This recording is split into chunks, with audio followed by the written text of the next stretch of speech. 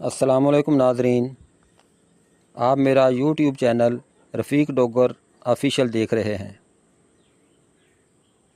اس مرتبہ عید قربانی کی چھٹیوں میں فارسٹ پارک چھانگا مانگا میں کم تعداد میں لوگ سیر کے لیے آئے۔ حالانکہ نئے مختلف جھولوں نے پارک کی دلکشی اور خوبصورتی میں اضافہ کیا ہے۔ اس کے علاوہ جھولا پل، آبشار، کشتی رانی اور ٹرام کی سیر سیاحوں کی دلچسپی کا باعث بنے۔ سیاحوں کی کم تعداد کی سب سے بڑی وجہ شدید گرمی تھی۔ چھانگا مانگا چونیا روڈ سے فارسٹ ریسٹ ہاؤس کے قریب شرقی جانب مہتابی جھیل اور وائلڈ لائف پارک تقریباً 4 کلومیٹر کے فاصلہ پر ہیں۔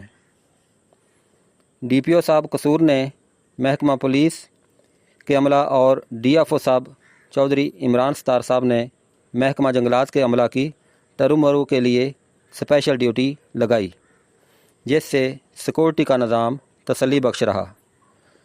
فارسٹ پارک کی سیکورٹی اور خوبصورتی کے لیے مزید توجہ کی ضرورت ہے۔